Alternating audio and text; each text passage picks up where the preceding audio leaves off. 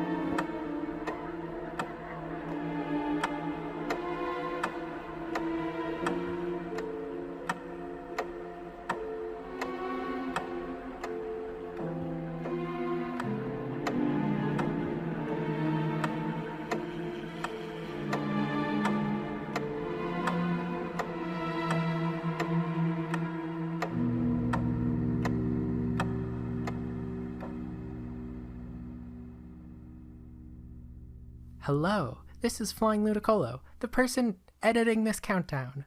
I didn't prepare a script for myself, so I don't know what I'm gonna say. Let's hear from some other Zeldathoners who don't know what to say either when I ask them questions.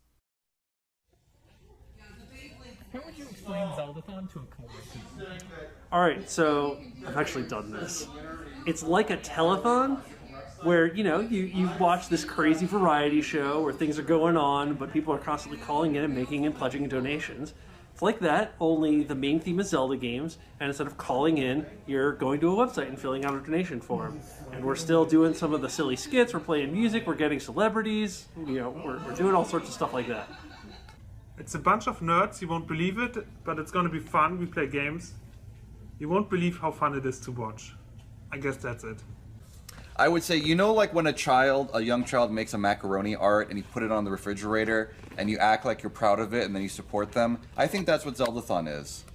I think we are all children. I think we make 120 hours of macaroni art, and the Twitch front page is the refrigerator in this analogy. Sure is. So you smile and you encourage them and you say, "Good job, do another one." And I think that's what we do here. If you had to hide one prop from the prop table somewhere here on the set, What prop would you choose? The prop that I would hide inside of this room would be the rat. Of course. Everybody's been hiding that way. I'm still a huge fan of the DeVito pillow. This is weird because usually at Zeldathon there's like these props that get overused and then they turn into memes and then they just die later. But like this marathon, we haven't been oversaturated with props, which I really like. Like the couch has been actually kind of clean. It's scary, but I still love the DeVito pillow, and I like that we have it and that it exists. If you had to hide one prop from the prop table somewhere on the set, what prop would you choose? I thought you were gonna say a body, but Prop table. Yeah, what prop table? Sorry, the generic pile of props. Conglomeration. hide it so that like someone happens upon it and it's like a joke, or hide it as in like it's gone forever. Either. Kind of want that skirt to be hanging off the tree on the set. And I was gonna say hide the Danny DeVito pillow so nobody finds it. Yeah. No. I own one too, so it's constantly haunting me. So. It's not here anymore, but I would choose Bop It, and I would hide it really well so that people couldn't find it, so I never have to hear boom, boom, twist it ever again in my life. I think we definitely should have a little bit of like the old classic props that have been retired, like Cheese Hat. Where's Cheese Hat been after all these years? You know, wondering where our classic Cheese Hat's gone off to. You know, maybe it's just sitting in the background. You know, maybe he got shredded. Who knows? I would hide the stop sign, but I would hide it in such a way that it could be like on some kind of like pneumatic pump or something that we could just like press a button and have it like pop up behind couch when we just need to like, okay, write it in, folks. That's less hiding, and that's more set design. But I'm behind it. I like this. If you had to hide one prop from the prop table somewhere on the set, what prop would you choose? Rat. Obviously the rat. This marathon, we had it all themed about Majora's Mask. Yes. Last time we had Skyward Sword. What Zelda game should we theme a future marathon on? Four Swords Adventures, obviously. The clear choice. That would be cool though. Like you could do Four Swords Adventures, you got the 4 different links, you could have 4 like Capture all 4 players. what? Capture all 4 player screens. Yes. Oh no. Oh no. Layout. For a Shadow Battle tournament? Absolutely. We need 4 Game Boy players. That would be terrible, but awesome. We could do Navi trackers. Navi trackers could make a return too. There you go. My first thought was Minish Cow, because you might be able to do some interesting things there in like set design and stuff.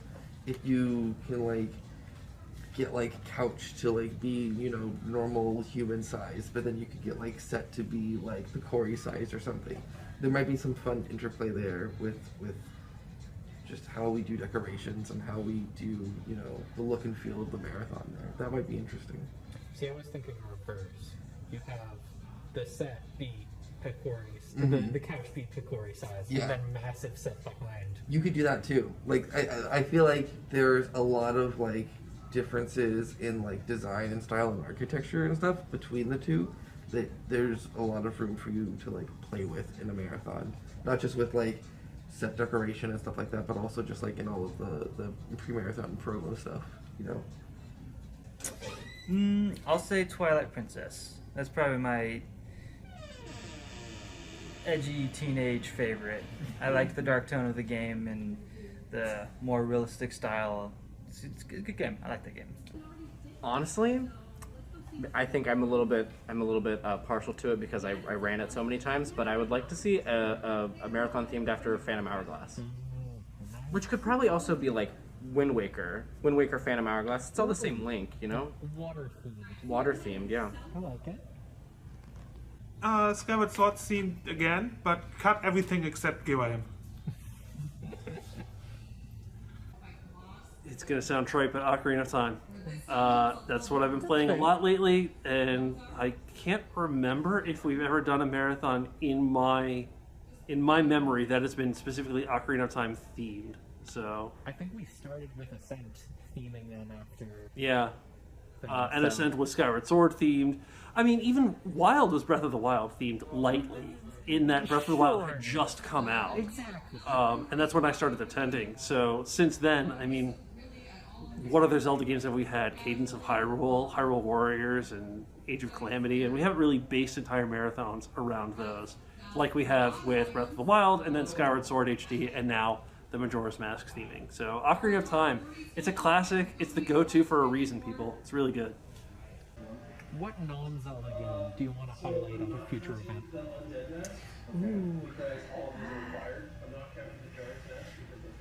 Ooh, that's a hard one. Oh, I want Left 4 Dead back. Left 4 Dead 2. I want to do another one of those runs. You know what? I'd like to see Zeldathon tackle Pokemon. Get into Abby's space a little bit. I'd like to see some Zeldathon team doing Pokemon games. I mean, I love my Sonic. I do a Pokemon event. You know, there are lots of fun things to do, but honestly, I definitely want to experience more games like that are Zelda legs here. I know we had Trifox here. I know we've done a sponsorship with Turnip Boy Commits Tax Evasion. I know that there was Tunic that came out. I think that would have been a lovely game because that's a little bit of Zelda, a little bit of Dark Souls. You know, things like that where we get to highlight Zelda likes. What non-Zelda game do you want to highlight at a future event? Billy Hatcher and the Giant Egg. Yes! That game is so good. If we ever do another side quest or Parallel Worlds, I'm submitting for Billy Hatcher. It'd be awesome. I am looking forward to that. Super Mario 3D World. Sure. I like to play Mario. What one word would describe your past hour or so? Past hour, delicious. Oh, that's a good hour. It was dinner time. I had Cracker Barrel. I ate pancakes because I'm an American. Oh, food. Just had some dinner. Stroopwafel. Oh, food. Delicious. Taco Bell? Is that one word? No. No, that's a proper noun. That's a proper noun.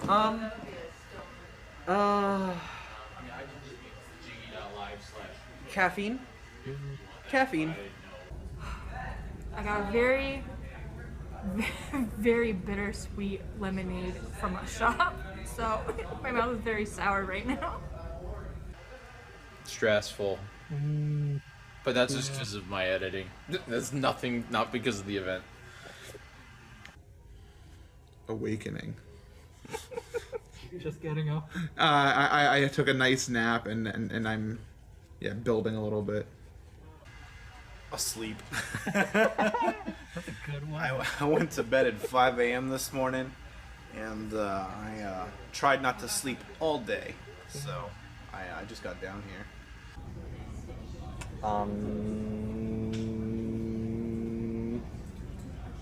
Yeah. That's it. That's a good one. Or just like a dial-up modem sound. Chaos. That can describe a lot of hours, to be honest. What one word describe your past hour or so? Kazoo. Sweat. Lots and lots of gamer sweat. It's moist. It's humid. Kirby, Air Ride. You can point the camera over there. That's not one word, but Kirby Air Ride is one word. Kirby, there's one word. Kirby. What one word would describe the past hour or so? Math. We just got done playing a board game, and adding up the scores at the end took a solid half hour. Yeah, we played Ticket to Ride, so. Past hour or so. Anxiety. Alrighty. Yep. I mean, okay, for real though, like we're trying to do this during the COVID-19 pandemic, and as much as I want to pretend like, oh, we're just back doing things like all like we used to and everything's back to normal, it's not. And I'm definitely, here with that just lingering fear of what if something goes wrong? What if somebody gets sick? What if I get sick? What if I'm sick right now and I don't even know it? You know.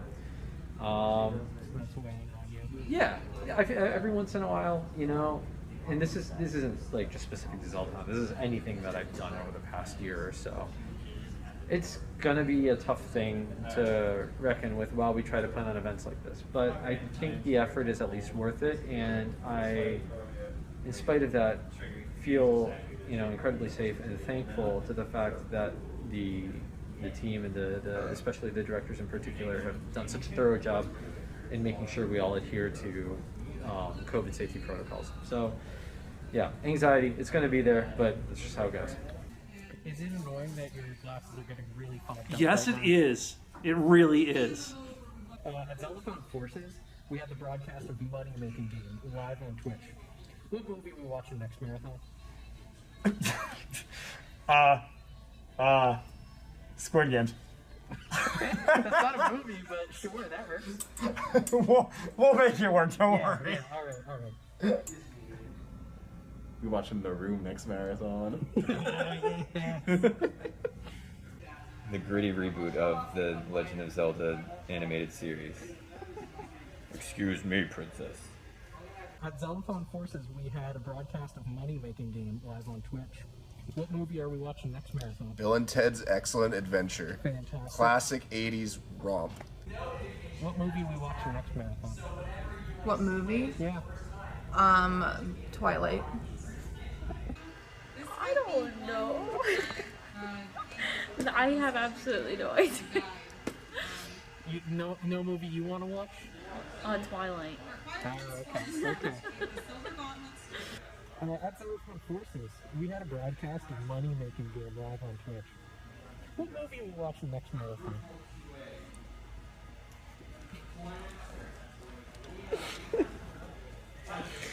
The entire... For the 5 of you who may know this, the entirety of Critical Role Season 2 of the Mighty Nine. All 729 hours of it. What genre do you want to see Zelda take on next? Souls-like. Oh. I would like more... I want a Zelda platformer. I really want a Zelda platformer. I think that if they took Zelda 2, like, as a concept and made it 2022, they could make something really cool. So a 2D platformer. Yeah, a 2D platformer. Yeah. Yeah, not a 3D platformer. What genre do you want Zelda to take on next? What genre do I want Zelda to take on next? They did the open world genre, and before that they did the strand type genre with a Skyward Sword. What genre would I want to have them do next? Wouldn't it be funny if we went back to like an adventure platformer like Zelda 2? I think that'd be pretty cool. Either remake Zelda 2 or just do it again, but good this time. I've seen a lot of fan art of it. I do kind of want to see a dystopian, like a future kind of game. Like cyber tech. Sort of, not really. I don't know if you've ever seen the fan art picture. It's Link, and he's on Epona on like a cliff, and he has like what looks like a really old police or riot shield. And there's like an old, destroyed, almost like Kirby in the Forgotten Land looking city down there, like that kind of. Like modern. It's almost recognizable as modern, but it's all been destroyed kind of idea. So you've got more of the Breath of the Wild aesthetic going on. Give me a game where I can play Ganondorf. I want to see the story from the opposite side. I want to play Ganondorf. What genre do you want Zelda to take on next? Horror. Genre? Yeah. Like rock? Sure. A rock Zelda game? EDM? Genre? I'm genuinely asking, what do you mean by genre? One person has answered horror. We've seen rhythm game already. I guess there are a lot of puzzle elements to the game, but Yeah. Not like Picross. Right. Oh, okay. So for a Zelda game specifically. Yeah. Social MMORPG. With VR accessibility if possible, that would be really nice. I think plenty of people would love that. It might already exist, but let's not get into that. Yeah, no, official Zelda game. What's your Zelda headcanon? Headcanon. I always ship Link and Zelda if they're in the same game. I know it's pretty basic one, but if they're in the same game, I just assume, like, you know. Link is gay. Of course. I mean, what the heck? I think the Magic 8 Ball solved this one for me, but it turns out that Keaton are actually the regional variant for Hyrule's Abra. So it turns out that they're really just, one and the same. It's pretty nice, My Zelda headcanon, that Gewahim returns. Eventually the Master Sword gets broke, Demise returns, and he's gonna be like, wow, how could I ever get rid of Gewahim? And he brings him back. Ooh, my Zelda headcanon. All the side games are canon. It's my headcanon. What is your Zelda headcanon? Ganon did nothing wrong. Ganon and the Gerudo people have been oppressed by the Hylian mainstream for generations, and this whole invasion is really just an overblown, conversation that maybe got a little bit aggressive, that led to maybe 7 years of a quote-unquote dark age, all of which is slander and libel against my client Ganondorf. Alright, and to switch gears, what's the worst fruit? Durian. Yeah. That's objectively true. Alright. How many fruits do you know are banned in places? It's gotta be like grapefruit. Grapefruit sucks, man. Any of those fruits that are like, I'm bitter. Hee. It's like, I don't care about that. I'm here for sweet. Oh, like cantaloupe.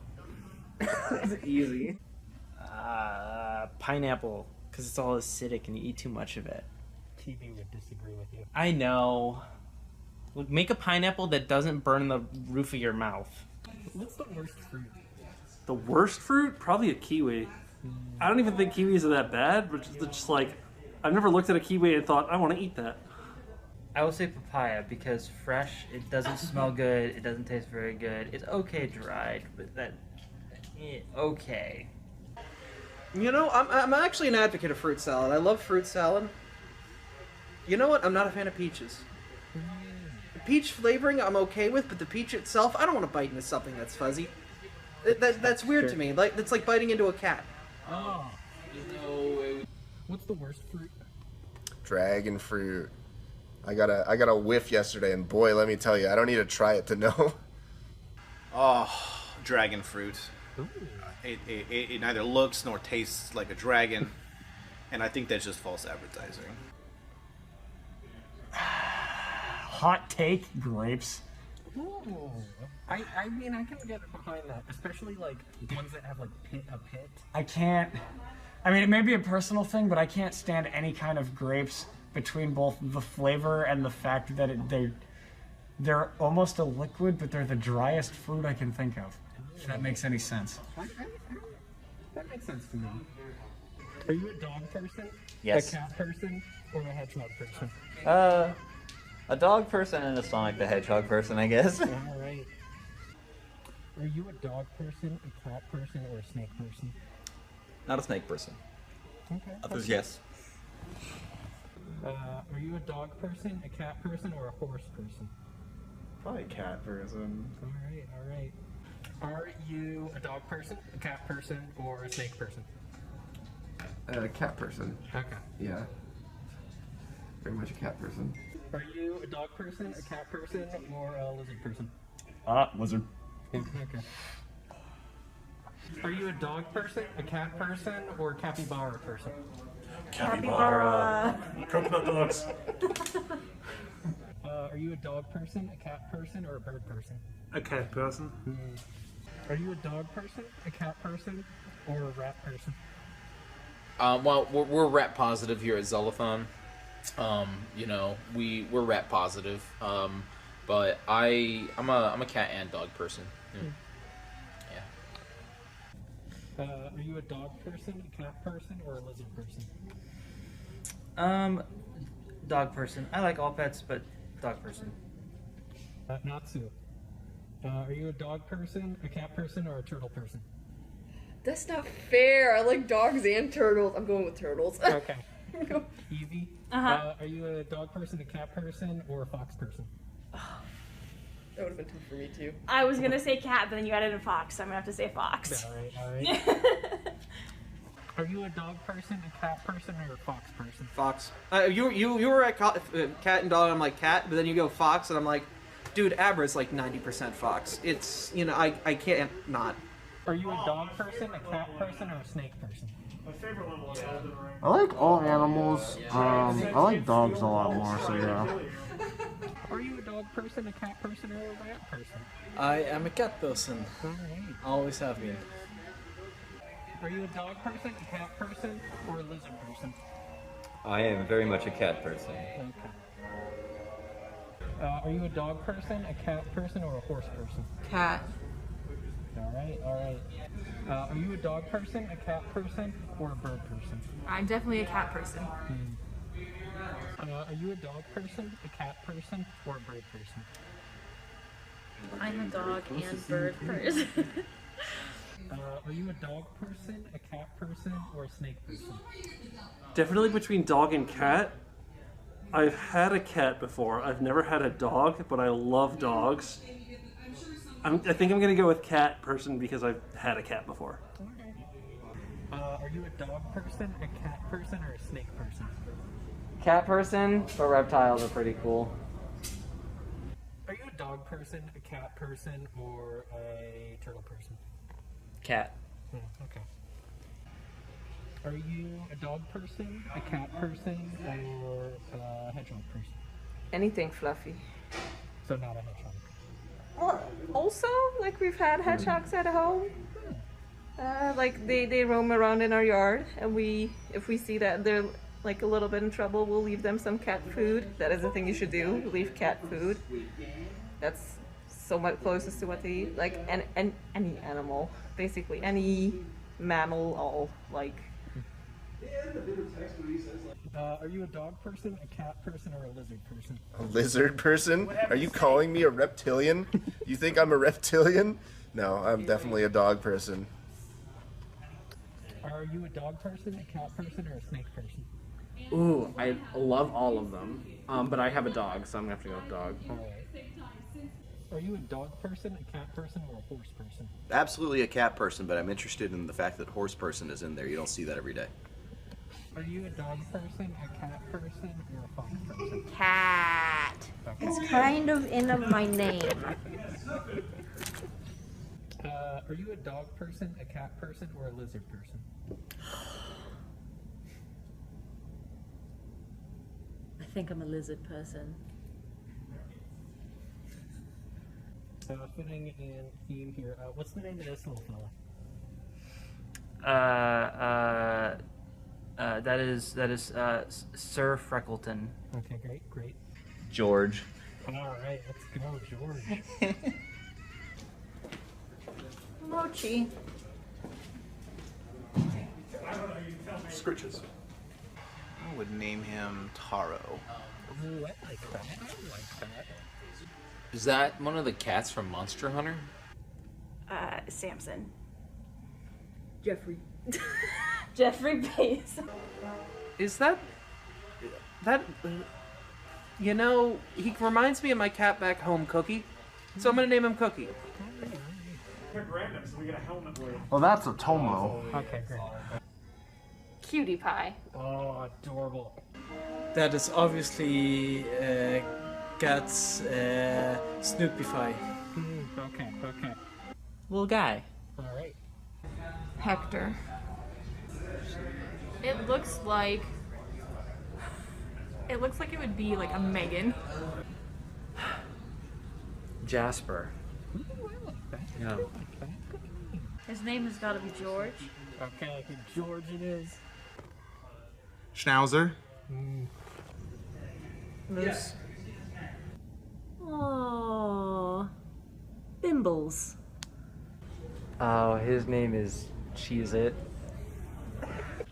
Henry. I think he's Henry. Lovely. I'm not gonna look at it, but it looks like Alfredo. I didn't even look at it. Wait a minute. I mean, Okay. same colors. Same colors. Yeah. If you could snap your fingers and become an expert in something, what would it be? Managing my sleep schedule. Gosh, if only. Game development. That's something I've wanted to do. I can program. I can make. Like I modeled this. I can do 3D modeling. I haven't been able to put it all together, and that's something I think I'd really enjoy doing. Well, being an expert doesn't mean you're a master at something. That's so very true. I would say art. See, I was gonna say that, but I wouldn't be a master at it, and it would make Yeah. me upset. So I'd probably literally just go with like some Or type of music. software engineering or something, because I think that's just a really useful skill to have. Like, More practical. yeah. If you could snap your fingers and become an expert in something, what would it be? Programming. That's resourceful. Yeah. Piano playing, or or writing. I can do all the camera things. I can talk and I can direct, but I cannot write at all. I cannot get words on a paper. But piano, I've always wanted to play piano. If you could snap your fingers and become an expert in something, what would it be? Piano. I'm jealous of the musicians, and I would instantly become a music streamer. I would never play a video game ever again. This marathon might not exist. We'll see. Okay. Is being efficient concrete enough? I like to be efficient. I'm not always efficient enough. An expert in efficiency. Yes. Oh man, yes. How to not get discouraged when learning new things. That seems kind of meta, but I like it.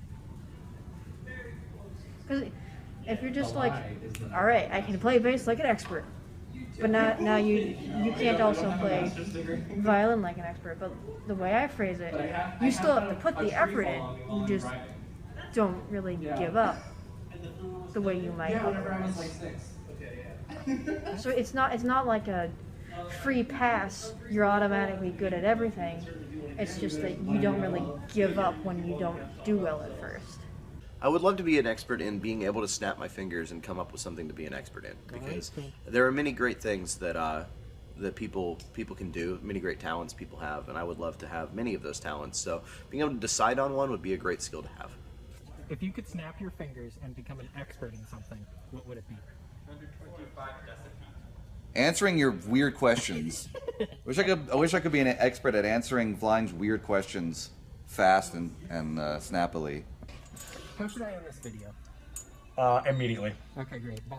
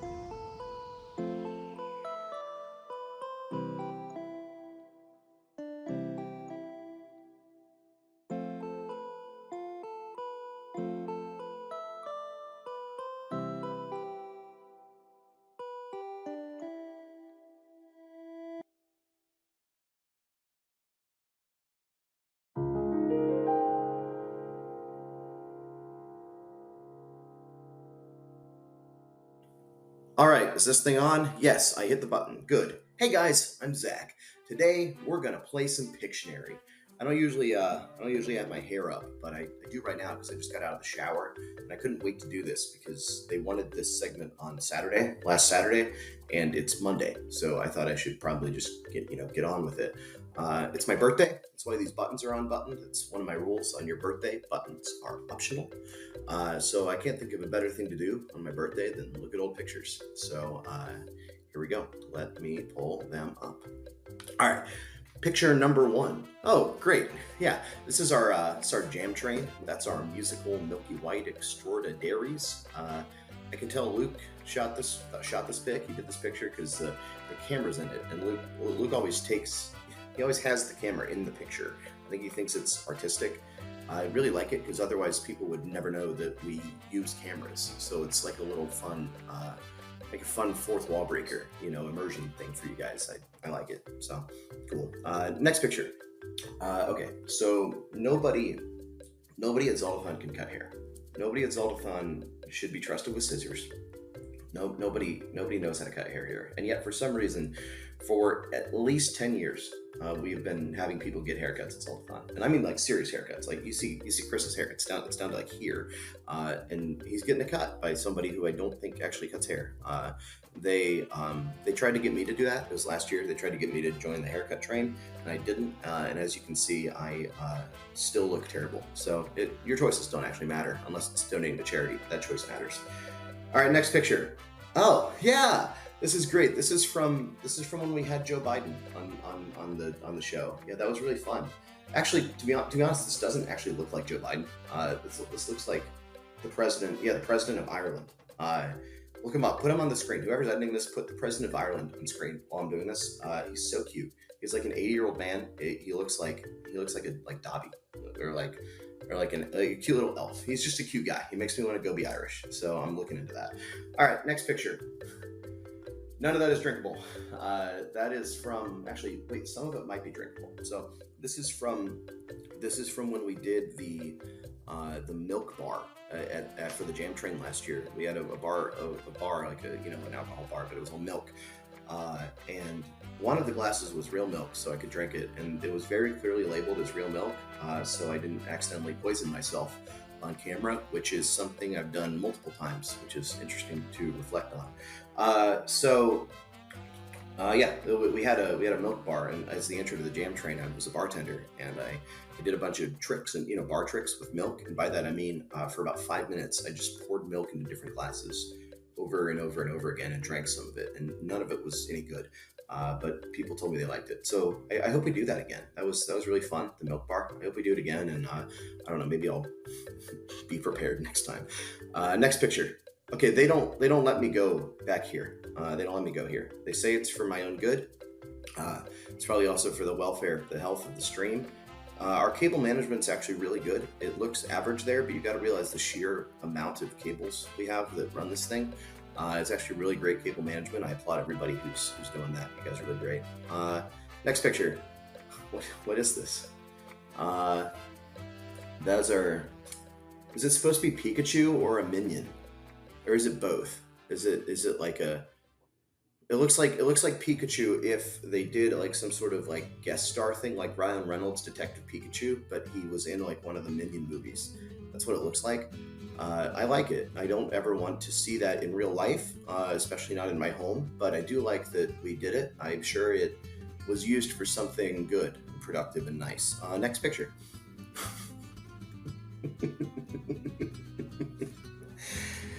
I like this. This is good. I mean, there's a lot I could talk about here. There's a lot I could point out.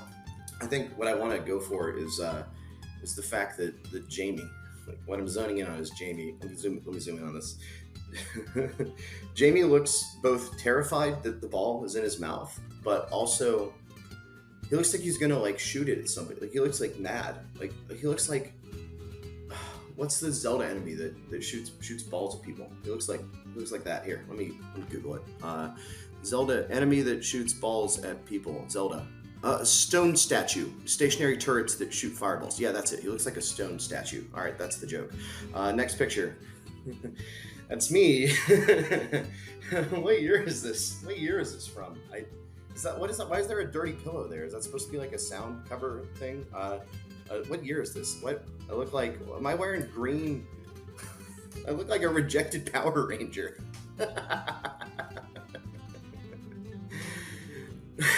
Why did I look like that? Why do people let me look like that? All right, that's it. Those are all of our pictures. Thank you guys for watching. This is Zeldathon. I think this is the countdown for. I think it's called Echoes. I hope I'm right. Yeah, Zeldathon Echoes. And we're raising money for charity. We're raising for Charity Water, the only charity in the world made entirely of water. And those that when you donate to Charity Water, 100% of your donations go toward building a well.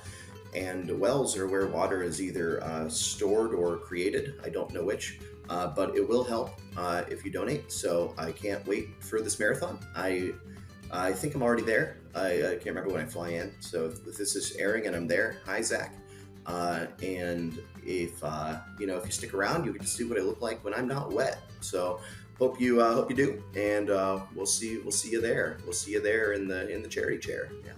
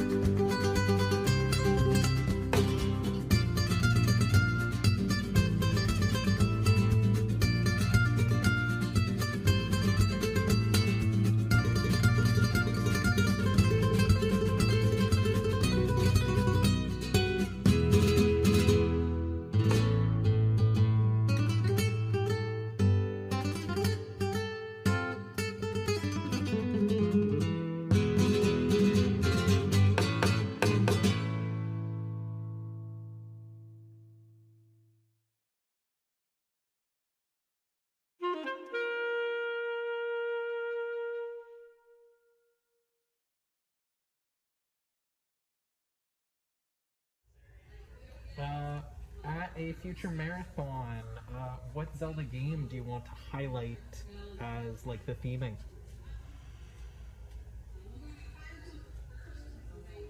I'm very biased in that I want a Wind Waker marathon a lot, but I think my true answer is I want an Oracle-themed marathon because those games are absolutely fantastic. Am I supposed to be looking at you or the camera? Whatever you want, because I don't know. Okay. I don't know how this will turn out at the end. Okay. I'm not editing it yet. I know this wasn't people's favorite Zelda game, but I really love the world of Skyward Sword. And wait, have we done Skyward Sword theme before? Ascent was the last marathon, but yeah, Was that themed like Skyward Sword? Yeah. I was there.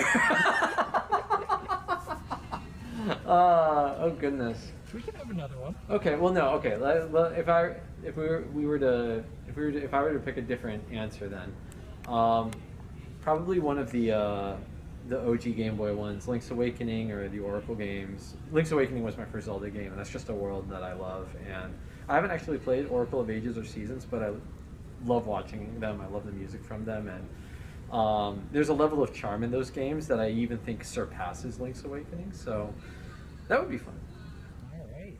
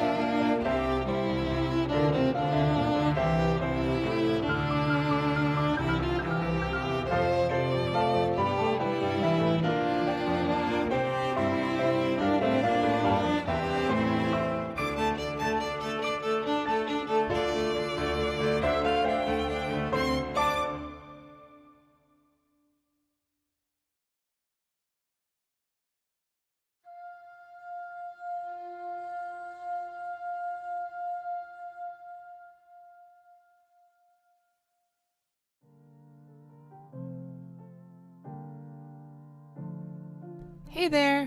One of the major things that helps keep this marathon running is the lovely groups that we have partnered with for our streams. These incredible folks help to cover venue costs, provide fantastic shirts for attendees and fans, and even donate prizes to give away throughout the marathon. Similar to last marathon, we have an incredible prize from Heroic Replicas, which you'll see and hear more about during the marathon. But for now, we wanted to highlight some fun moments from our last marathon and why things from our prop collection don't often get a chance to be added to the prizes. Check it out. We're going to have a great prize pack coming up. Everyone's going to be extremely excited. this is one of our best donation drives yet. Can you, Bonds, please deliver unto me the Song of Storms music box by Marie Lum? Oh, yeah, sure.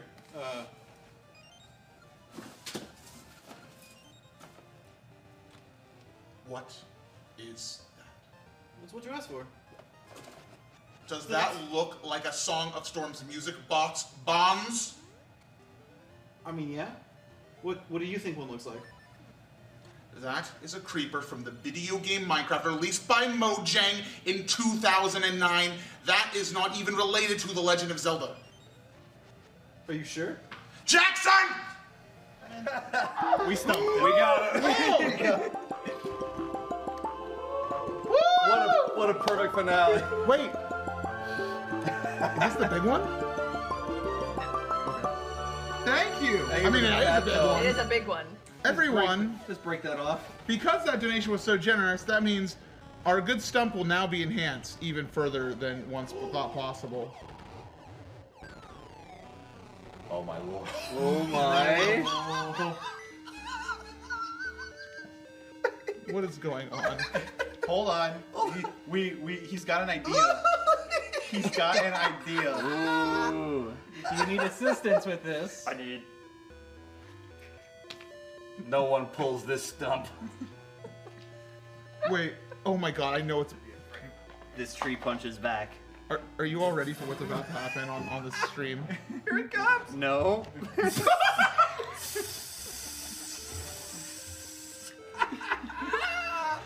Not quite. Sorry, someone left the stove on. That's why you keep hearing the hissing noise.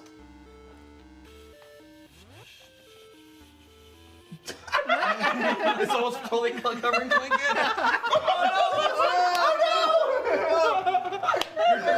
Your true identity. It was me the whole time. It was me all along. It's me, Austin. It's me, Austin. It's like the Spider-Man 2 train scene. Like cover him back up. He's a hero. You gotta get through us. Wait, we're only $11 from actually giving him a shave. Well. So, Lucata, when you're done with that, we should prepare ourselves for another swing of the Rod of Seasons to go from Autumn to whatever's next. Please, I would love to smell something I have else. so many of them. So, we have a pinata in this room. I've seen it. It looks like a Minecraft creeper. Uh-huh.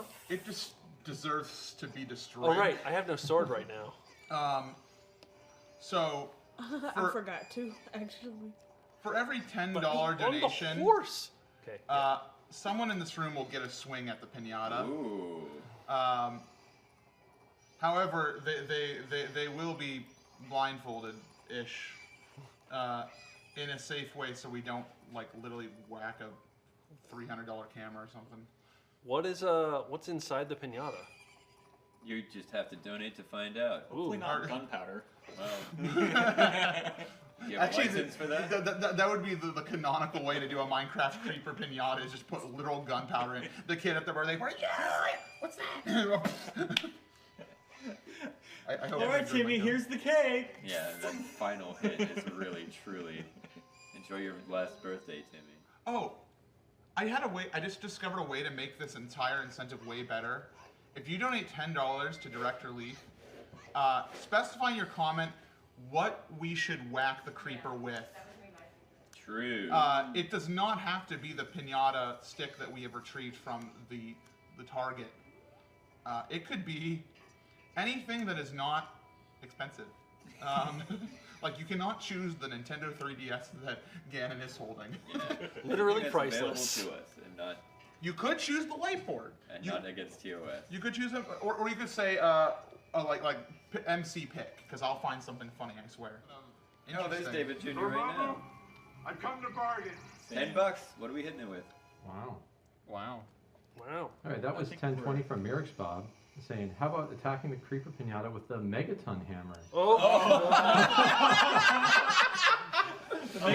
You've done it. You found the one thing that's probably a really bad idea. The only way to make us only raise $10 with this incentive. First thing in the marriage. Well, actually, it's heavy enough that I do not think I could legitimately swing it in a way to do damage. I could probably bump it. Yeah. I could drop it on it, but Do not drop the Megaton hammer that we're going to give away to someone. we have a veto of it from a director, and as a director, I respect the director. Respect the director veto. Can we get an alternate Murix Bob, because we do not want to hurt ourselves or the Megaton hammer in this operation. Where is he? He's he's on the other side. Right there. That was a $10 donation from Taylor, who suggests your right shoe. Not your left. I'm on it. Nope. Sorry. Nope. Well, Wait, apparently... we changed it. We changed it. Incredible. 1010 is much funnier now. That was from Stinus Merritt, saying, I propose we whack the creeper with either the Minecraft sword, if we still have it, or a cardboard tube. We have the Minecraft Practical sword. as always, Stinus. Incredible. We tubing? We need to be lore friendly with destroying this creeper. Yes, I'm a potato. The creeper mount is almost complete. See, I told Clink, I was like, don't worry, I'll take the producer shift from you so you can go sleep. And then immediately I made her hang a creeper. Here we are. So our 3 things we have to hit the creeper with right now are MC's right shoe, gaffer tape, and the Minecraft sword. Right? Yes. Okay. What is a man? Oh, A miserable little pile of secrets. but enough talk. How about you? That was from Pinata Plunger, saying, plunge. No, it's from Pinata. Symphony of the Night. No. Good point. Okay. I'm also structurally approved Minecraft creeper. So we can be blindfolded? Is it that approved? All right, I'm gonna go whack it with the shoe. If actually, would you two like to come with me, because we're behind? I'd be delighted. Okay. Can we get a gaffer tape somewhere? You're not a beaver. Hello. Hello. That really didn't do anything. Tail was loud. All right. Oh.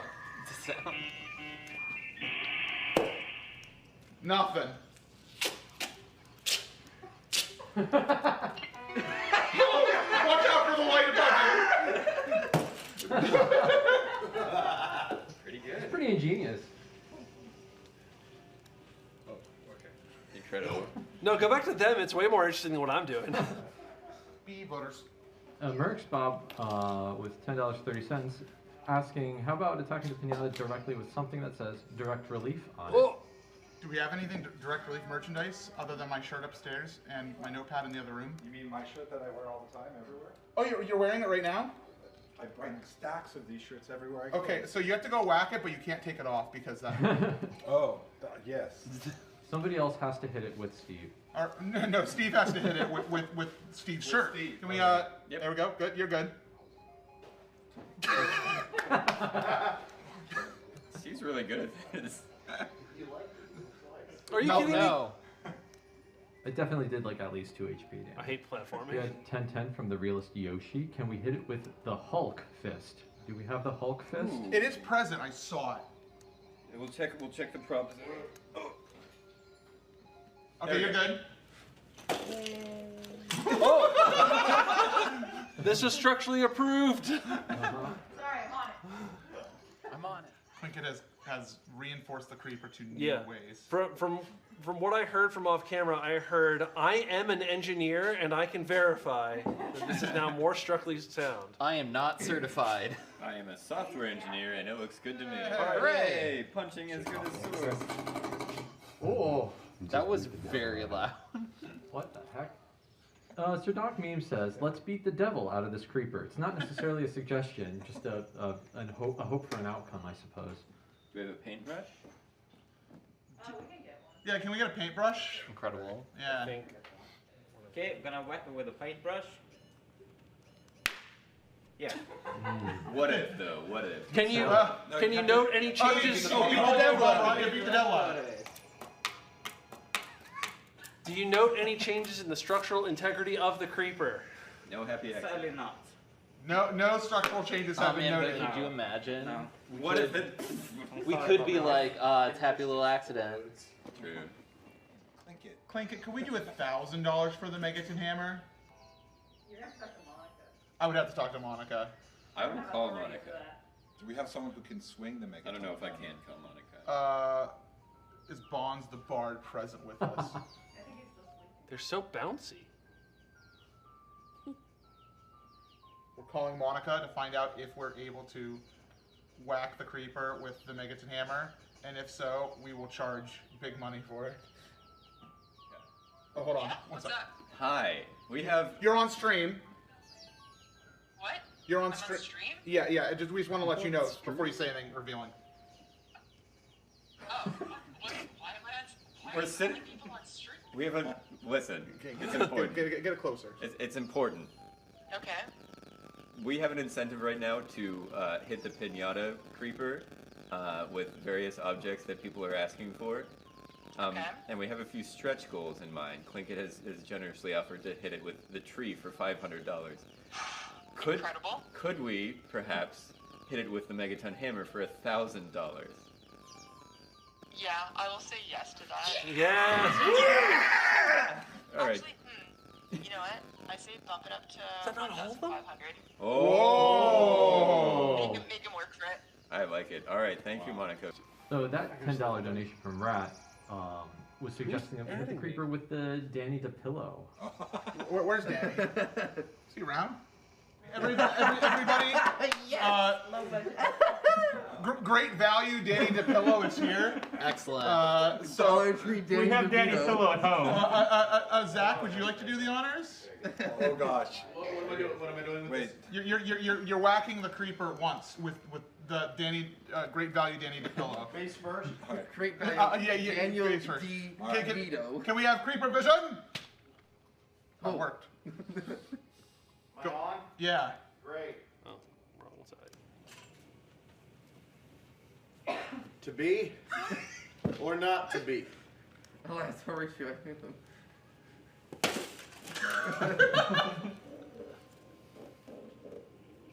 You can cut off this camera anytime. $10 from Forge, he says. Kick it! Kick it! Kick it! Clink it! Clink it! Clink it! Clink it! Clink it! Clink it! Clink it! Clink it! Clink it! Clink it! Clink it! Kick it! Here we go.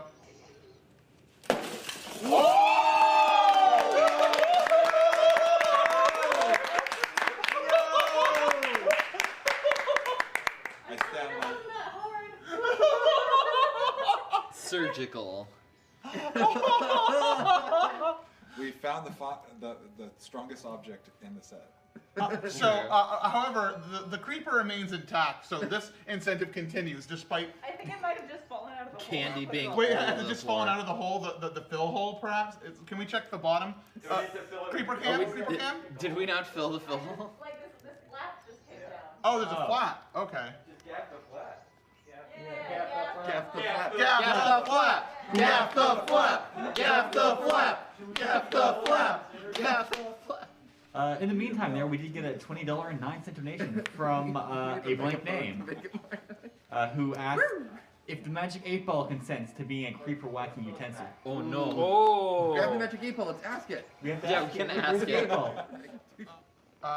it. We asked the Magic 8-Ball.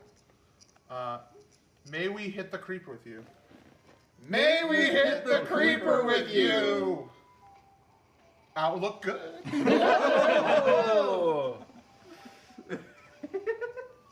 Remember, kids, consent is important. It's true. He's so happy over there. 3, 2.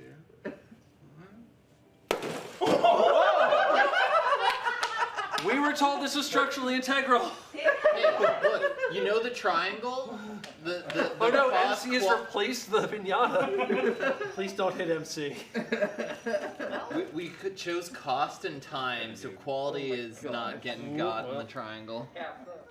We have a $10 donation from Slowpoke the Gamer who says, give the creeper a good old-fashioned Zeldathon slap. Oh. Cheese slap. Where's Liz? Is Liz present? Hi. Are you available? Like, are you in the marathon areas?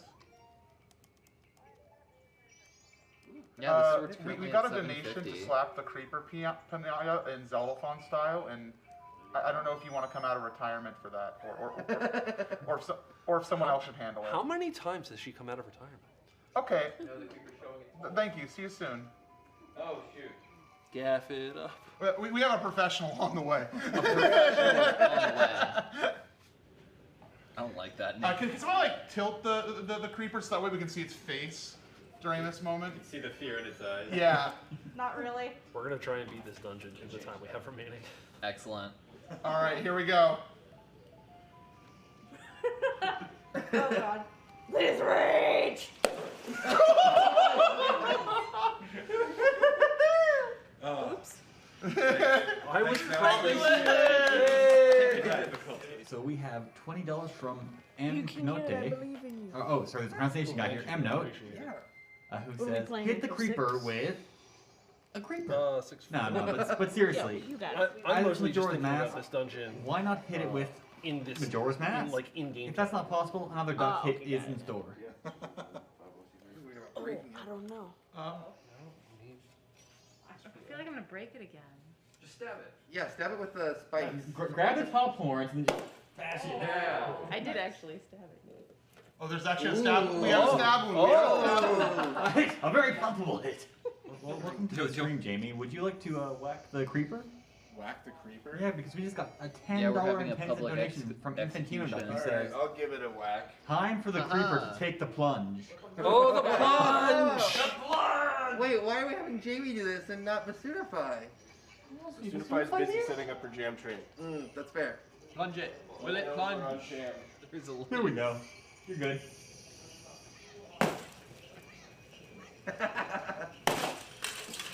Oh, we got some candy. Couple of Reese's fell in. Alright guys, it's time. Next donation we get to get the creeper, we're gonna call in some professionals. Professionals from many walks of life. Let's make it happen. Oh no. All right, we've got a $10 donation from Palm that reads, "Slap the creeper with a chair." We'll get there after the professionals. We'll do that right after ours. Possible. Welcome back to the World Cup.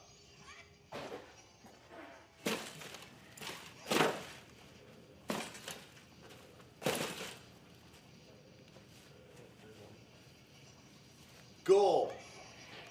And now for the other part.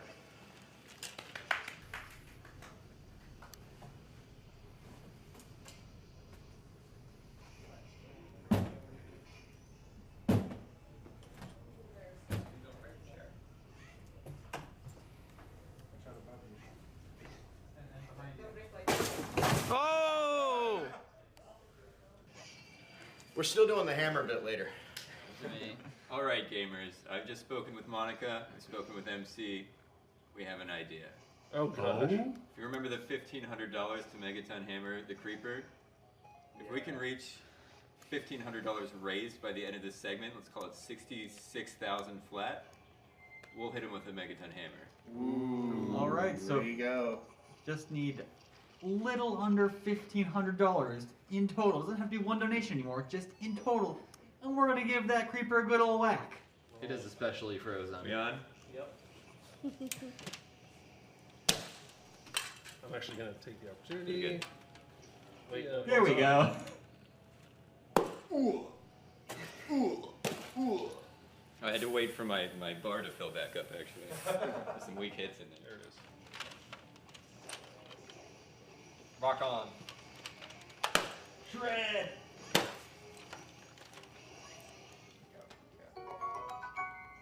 Mags, I'll have you know, Gannon actually has two phones. Because there's one right there and No, one right it's just there. that the chat is pre-recorded. All right, we just got a donation from Visigoth, $10. Can someone named John punch the creeper? Do we have someone here named John, or with their username Who here's of named John? John? No one? Really? I don't think we have any Johns. We have the cards for John Punch. His random character cards. I think they're still over in the other room. Do we have $5 to punch him? We also have I one actually other do. donation that came in before that from Jardis1, 1101. How much for Vidya to slap the creeper with his hat? With my I hat? do have $5 in my pocket. I'll do it right now. I can pretend to be John. My grandfather's name was John. That's good enough for me. You have to be holding this while All you right, do it. well that'll be 2 slaps then of the All right. creeper, or smacks. One with the $5 bill. All right. I am James, son of George Ross, son of John, which is good enough for these parts. We have weirdo American money.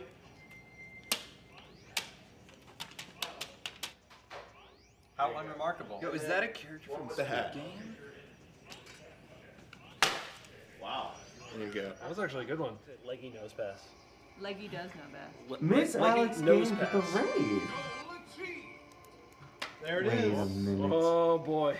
Wait Oh a boy. minute. What's Ooh. holding it for a while, Is yeah. what, so the one that immediately springs to mind to me is Slurple. A full megaton. But That's those 36 right. pounds for you, imperialists. Alright, you ready? Doug Perry, the Sorry, level Creeper. 90 warrior, coming to give us. I didn't want to have to do this to you. Oh. Oh my god, the man's dead. And then the hissing stops. Quiet forever. May he R.I.P. in peace. Hit him again! Wait, Alright. gunpowder?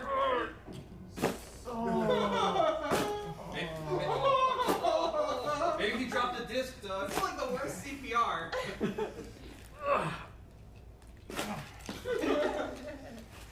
I think. Stop it! He's already dead.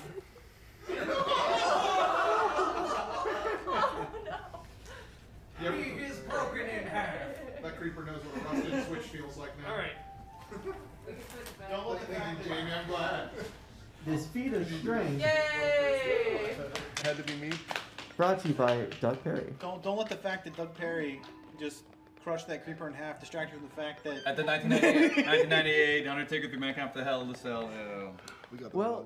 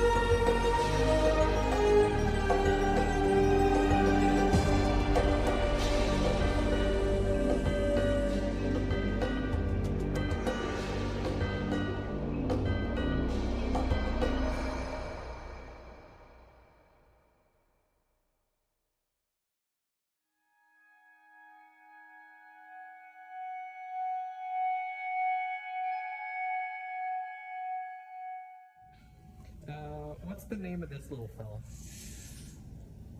Oh, Bimbles. All right, and how about this pal? Borf. B-O-R-F. That's a heckin' pupper. Okay, great. It looks like my dog Bailey. Bailey. Fred. Zonom din corver frukstorvar. I like it. I like it. I don't know why Brad popped into my mind. Yes. I can see it. A Brad. That's Smoopy. Blue.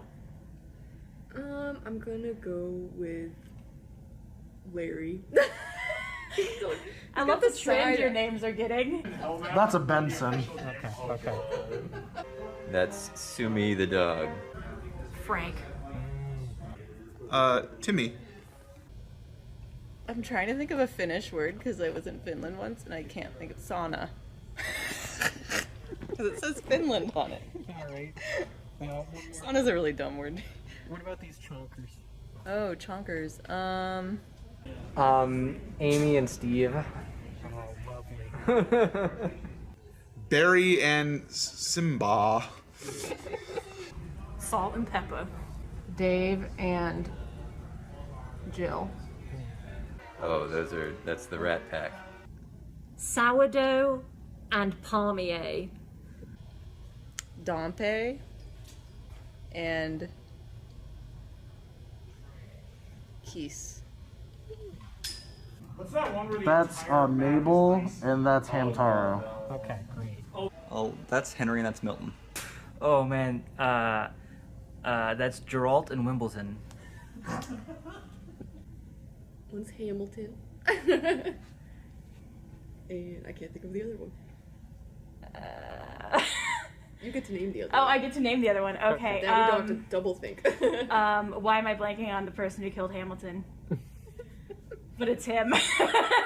Burr. Burr, yes. Sir. Yes, I've seen the musical so many times. I should know it. Little friends.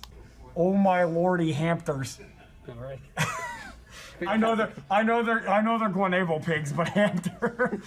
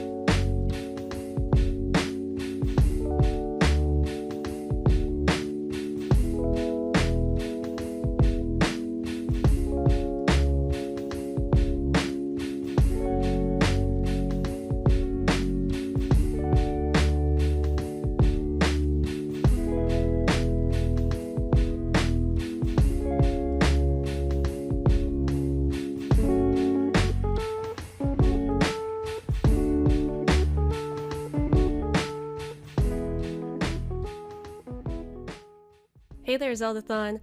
I am Joey J of the Zelda Creators Community, here to introduce an exciting segment we have before the marathon starts. We've teamed up with the Zeldathon team to show off some creations from all of you, the Zelda community. Thank you to all who submitted their art.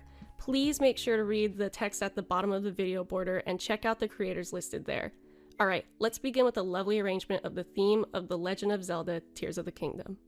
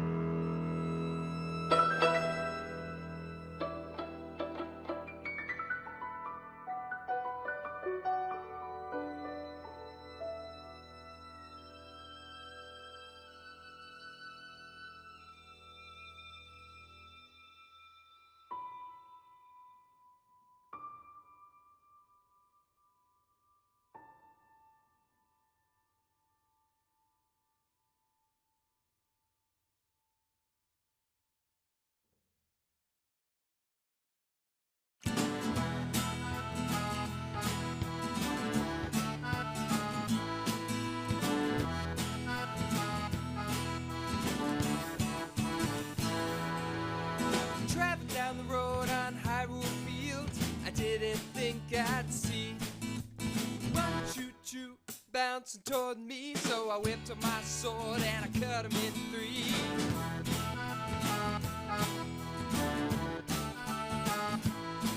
I was out after dark in the old lost woods. I didn't think I'd see two stealthos boning me down. One choo-choo bouncing toward me, so I whipped up my sword and I cut him in three.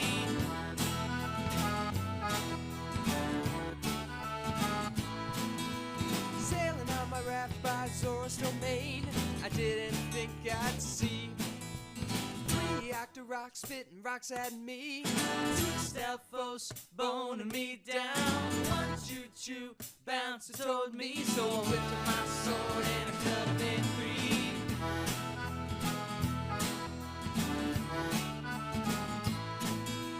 Riding my horse through an open field, didn't think I'd see four high knocks winking something fierce. Three octoroks spitting rocks at me. Two stealthos boning me down. One choo-choo bouncing toward me, so I whipped up my sword and I cut him in three.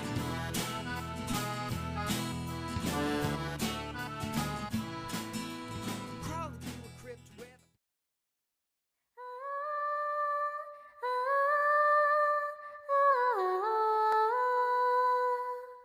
There's a common recurring theme when it comes to direct sequels and The Legend of Zelda. Link has just saved an entire kingdom from the clutches of the evil Ganon. Link has gone through a relentless and tiring journey to save his home and those he loved. He fully realized his power once he got the Master Sword, and alongside his companions, he finally manages to defeat Ganon once and for all. But due to unforeseen circumstances, Link is forced to start over with virtually nothing. He is faced with a new challenge that his current self could not have faced. He loses his weapon, he loses his resources, and he loses whatever backup he had in the previous adventures. Instead, he must embark on a journey as if it was his first. It's time for Link to reawaken, as fans revisit a timeless classic from all those years ago.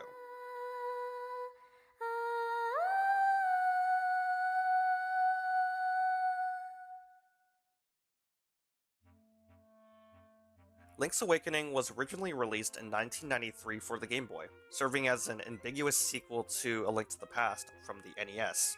With the release of the Game Boy Color, Nintendo ported the game and added color and extra content, dubbing it as Link's Awakening DX. It grew to become a cult classic among the Game Boy family, and it's also one of the more uniquely different Zelda games, being one of the first in the franchise to actually exclude Zelda herself from the actual game. 26 years later, no one knew that Nintendo would bring such a classic back with full-blown modern gameplay and visuals, almost making it feel like an entirely different game. The Link's Awakening remake is one of the first of its kind, and it's also worth reviewing on its own. Let's get one thing straight. Link's Awakening is just a remake. It's not a reimagining of the game, so therefore the story actually just remains the same. The only thing they did was rebuild the entire game from the ground up, but with the intention of keeping faithful to the original Game Boy versions. Heck, if I'd gone down to review the actual Game Boy versions, they would probably just be copy and paste, at least the story section would be. I also do want to point out that Link's Awakening has been among the worst Zelda games to discuss the timeline, as we've seen numerous times that this game has been moved around to the point where no one truly understood this game. To this day, the timeline placement of Link's Awakening is still being debated, primarily looking at its placement being interchangeable with the Oracle of Ages and Oracle of Seasons. So, as a full disclaimer, this video was made during the time when Nintendo put Link's Awakening between A Link to the Past and the Oracle games, but even if it was after, it would still be a sequel regardless. It could be a sequel to A Link to the Past, or it could be a sequel to the Oracle games. And one final thing before I jump into actually exploring the story. What I'm talking about in this story is just the tip of the iceberg as to how complex the story actually is. Try mixing a love story with bits of implied psychological horror, hidden in plain sight of a fantasy adventure story. It's a tragedy, and it's something that will get to you once you actually play through this game. The story follows Link as he attempts to sail through a violent ocean storm, as he struggles to maintain the direction of the sails in the midst of crashing waves upon waves, with heavy droplets of rain pelting on his face. Through a series of lightning strikes, one finds its way onto the mast of the ship, hitting Link and knocking him unconscious. Washed ashore, Link is found by a young girl named Marin, who takes him to safety, and it is then revealed that Link was brought into a uniquely shaped island with an egg sitting at the top of the summit of the tallest peak. After Link recovers, he learns that he's been stranded on Koho Lint Island, and it is not long until he learns that in order to leave the island, he must awaken the Windfish. He then sets off on a journey across the island, through various dungeons and diverse island landscape, to recover various musical instruments in which he will use to awaken the Windfish. Through his adventures, he meets and interacts with the locals to help him out with various small issues, though there have been some more dramatic events, from helping a ghost revisit his former home, to some heart-to-heart sessions with Marin. Whoa. I don't want to jump to some conclusions here, but the game might be a love story. Fighting through various different monsters and slaying foes that you would only find in your nightmares, Link eventually manages to gather all of the instruments to awaken the Windfish, but is faced with one final challenge. Just imagine compiling together every single nightmare you have encountered. Your biggest fears, your greatest foes, and your scariest dreams. Literally, a bad dream. Known as a Shadow Nightmare or simply Nightmare, the main antagonist of Link's Awakening takes the forms of various enemies that Link has previously faced, including Ganon himself.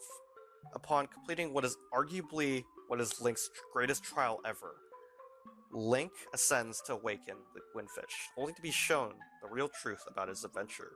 The whole island, its inhabitants, its monsters, and its memories were all a dream of the Windfish, who when awakened will cause the island to disappear, just as dreams do when one awakens from their slumber. Only a memory will be what's left to tell once you're awake.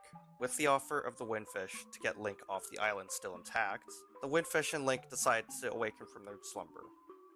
At the cost of waking up, the island that Link was once stranded on now disappears, and Link finds himself in the middle of the ocean, adrift within the wreckage of his ship. All of it was a dream. As a sequel, this game makes no effort whatsoever to actually connect to whichever game it is a sequel to, other than the fact that Link briefly thinks of Zelda when he looks at Marin. It wasn't clear enough, and this is the only reference to Princess Zelda throughout the entire game. So why is this game called The Legend of Zelda if Zelda's not even here? Way to take the credit, Zelda. However, this really only says one thing about this game's story in regards to being a sequel. A sequel at this point. You don't really need prior knowledge to play this. It's standalone enough that you'd even be questioning whether this Link is the same one who faced Ganon and wielded the complete Triforce. And you'll understand the story just as much as those who have played A Link to the Past.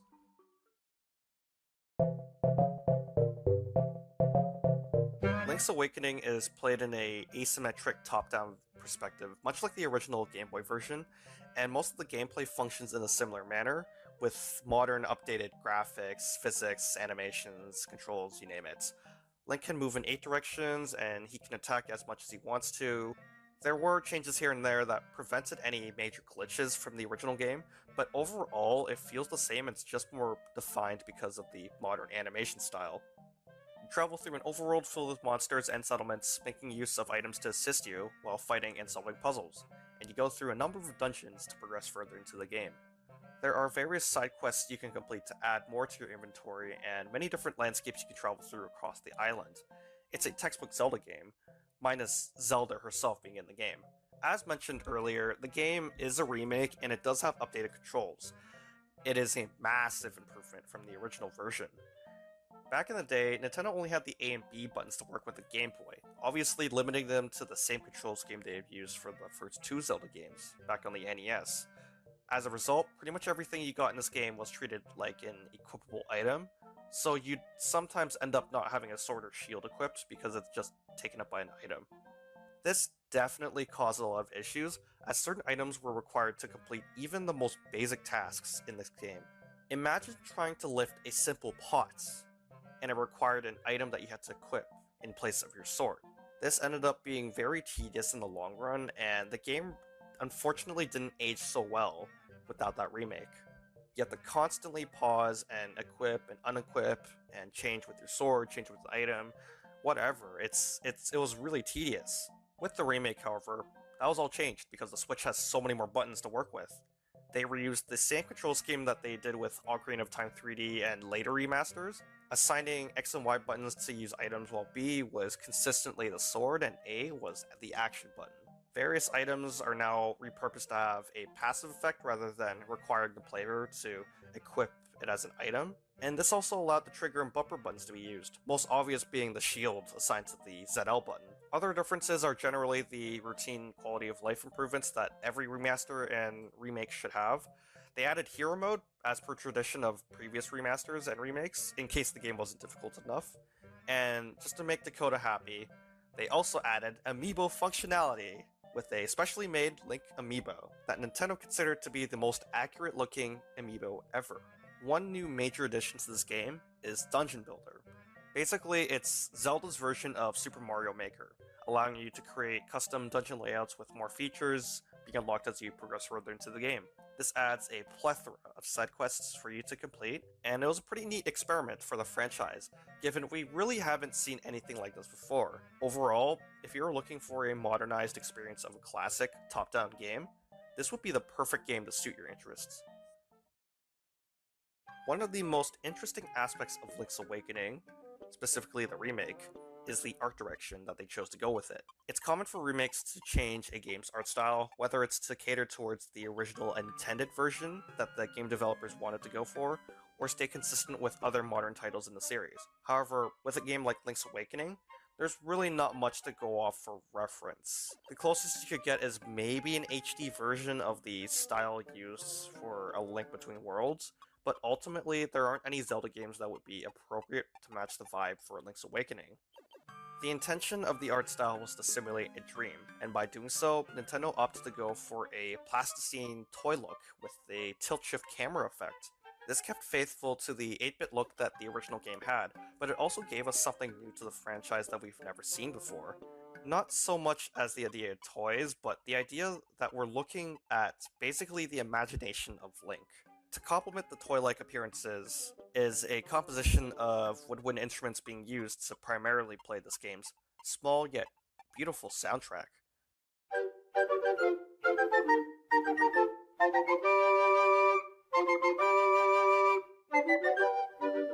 Enough, the soundtrack isn't actually that much different from the original. There are actually a number of themes in this remake that keep the Game Boy music and sound effects and simply just add realistic instruments to the already amazing music to bring some life and personality.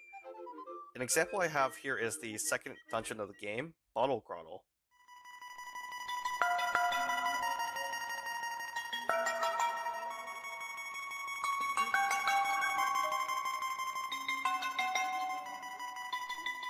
A lot of development seemed to have gone into this game's soundtrack.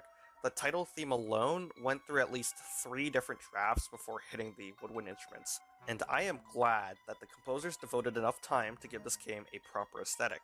However, they also realized that certain parts of the game still needed to be dramatic, and woodwind instruments are just too soft to accomplish that alone. I think anyone who is familiar with the soundtrack of Link's Awakening will no doubt know instantly what theme I am talking about.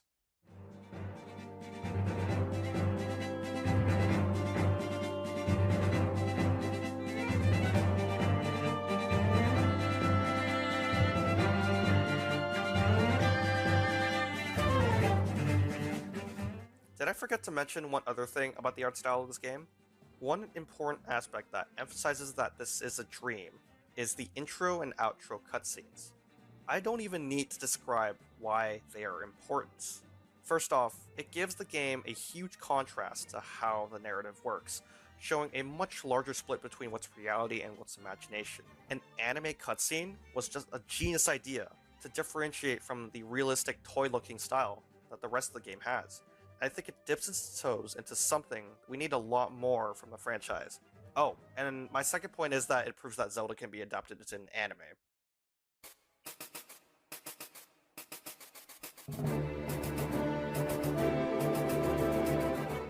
But anime cutscenes only add a level of freshness to a certain degree, and justifying this remake entirely feels subjective, whether you see this game for its story or the game for its price. The Link's Awakening remake costs just as much as Breath of the Wild, but it's a much, much smaller game, and the story really isn't anything new or different.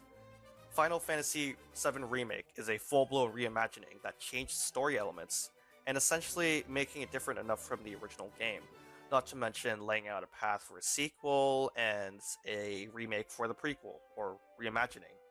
So I can definitely see some justification there, but for Link's Awakening, they didn't really bring out any possibility to see a Link to the Past, Oracle of Ages, or Oracle of Seasons remake, other than the fact that we know that it's just possible. If you played the original Link's Awakening, this would only purely exist for nostalgia and modernization, and it especially doesn't help that at the time of making this review, the game just cost like $6 American on the 3DS eShop. If it wasn't for this remake, I honestly couldn't imagine what sort of standard we were supposed to see for Nintendo to set for a remake or remaster. There are definitely some worse remakes out there that just play too safe and make too many sacrifices in the modern day. And then there are also those remakes that blow our minds and often go unnoticed. I think Link's Awakening sits comfortably in the middle of that spectrum, maybe leaning a bit to the good side just because I have a bit of a bias. Nintendo really chose to play safe with this remake, opting to avoid the risk of getting other games that were already decent enough to play just a remaster. So it didn't come as too much of a shock with how the game was received. The same amount of people who bought Breath of the Wild didn't buy this game. The sales were so much more lower than Breath of the Wild. That being said, the Link's Awakening remake rests on B tier. As a remake, it did very, very well in making a shot-for-shot remake and bringing out the true vision of the original developers. As a game itself, unfortunately, it isn't very big, and you could potentially pass it on for any indie game. Any other Zelda game on the Switch would also be worth $60. I would even go to the point of saying anything ranked lower in this list, Skyward Sword for example, it's worth $60 still. Great remake, cult classic. As a game itself, it probably should be cheaper, just wait for a discount.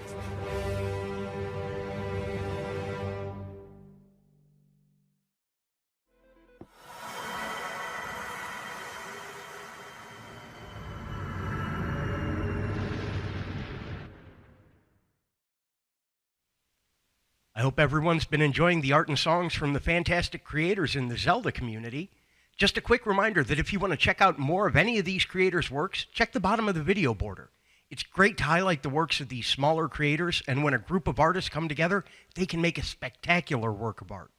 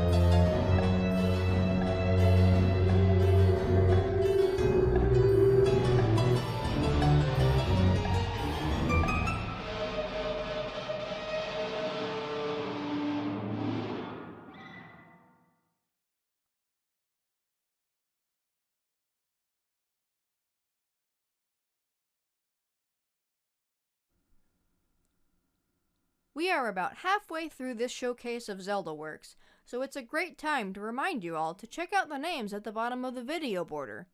If you see some art you love, go look up the artists to see what else they create.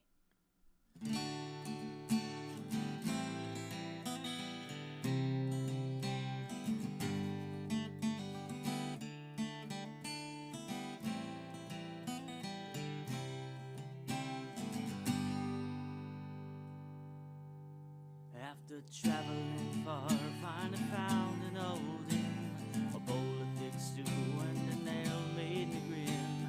I asked the innkeep, how can I repay? Well, if you've no gold, there's one thing you may. And a grave look fell over his face. Up on the cliff, beyond the black bogs, a beast beats his chest with a club 9 foot long.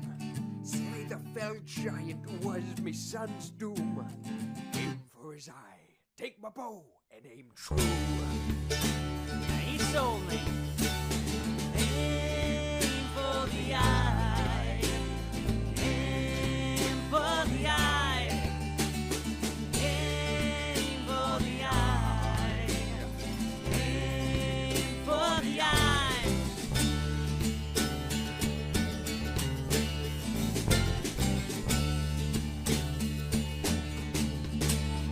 Very next morn I bid him farewell. He nodded to me like I'd crossed into hell. And though it was day, fog rolled o'er the land, dark in this place that smelled of decay.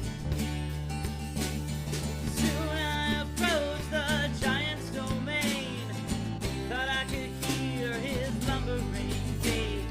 And to my horror, through the thick clouds, a field of old.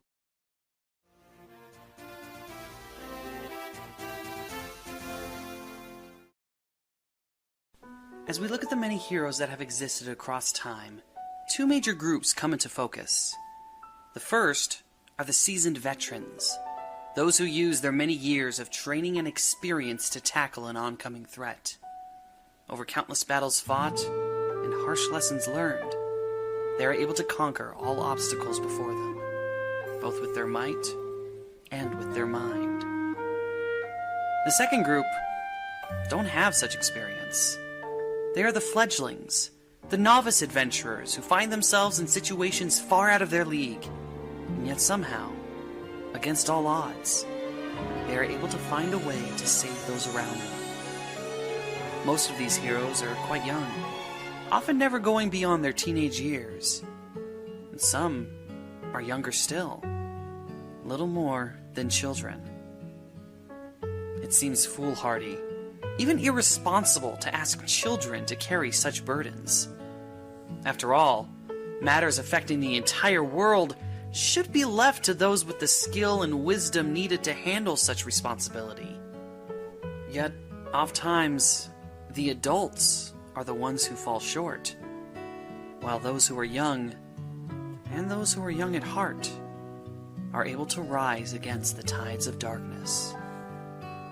Call it fate, destiny, or just clever storytelling, but children have a way of seeing the world that those who have grown up somehow forget. Their purity and innocence give them a perspective that is naive, even silly, but free of hatred, bias, or any preconceived notions of what should be. Embedded in that perspective is a search for happiness that is undimmed by the supposed realities of life. In a world full of anger, hostility, and chaos, perhaps all that is needed to find the way is the pure heart of a child. As Oracle of Ages and Seasons came to a close, the production team of Nintendo and Capcom moved forward with developing another Zelda title, this time for the newly released Game Boy Advance. The project was soon put on hold, however, as resources were diverted to work on the Four Swords games. 2 years later, the team returned to the suspended project and took the Four Swords inspiration with them to create their new game. Now, In general, each Zelda game is designed to be a standalone title. Only the overarching themes of the Zelda universe remain consistent from game to game. Anything else remains free to liberal interpretations and reimaginings. This allows each game to go in whatever direction is best for the game, without having to keep track of an ever-expanding lore and legacy. Nearly anything in one game that has a direct reference to another is usually just a nod or an Easter egg. However, there are multiple instances in which it is specifically stated that one game is directly related to another. For example, Wind Waker is an offshoot of Ocarina of Time, while The Adventure of Link is a direct sequel to The Legend of Zelda. Just as common is Nintendo's tendency to write backwards. A Link to the Past is meant to predate the original Legend of Zelda. Ocarina of Time is supposed to come before A Link to the Past, and Skyward Sword takes place before them all. With this new title, coming off both Four Swords and Four Swords Adventures, the team again decided to work backwards, creating this time the origin story for Vati and the Four Sword. But instead of looking directly at the ending to this prequel, the introductory monologue only has words for an even older darkness, and a group of mythical creatures called the Picori, bringing a light and a sword to drive it away. The legend has had a great influence on Hyrule, creating, among other things, an annual festival and tournament, with all the festivities overseen by the King and the Princess Zelda, who this year has decided to see it all accompanied by her childhood friend, Link. Yes, her childhood friend. For the first time in the series, you begin the game having a direct relationship with the princess. No longer are you a no-name citizen saving his monarch, or a wandering stranger willing to rescue a maiden. You actually know Zelda. The first section of the game lets you get to know her, and develop a rapport that, brief as it is, has never really been there before. Running around the Picori Festival lets you see her happy, carefree nature. And at the end of her wanderings, she passes up her own personal enjoyment to give you a gift. Shield in hand, and the princess at your side, you head to Hyrule Castle to deliver your grandfather's sword to the winner of the annual tournament. It doesn't take long to realize that something is amiss, as the winner, Vati, enters with a sinister laugh and proceeds to eliminate all potential threats to his quest for power. The ancient sword is broken, and despite Hyrule's soldiers and your brave attempts, Princess Zelda is turned to stone, and Vati sets off in search of the golden power of legend. In order to restore both the sword and the princess, the king commissions you to find the mythical Picori, who, according to legend, only show themselves to children. As you enter the Minish Woods, the supposed home of the Picori, what you find instead are monsters released by Vati, and in their midst, a hat.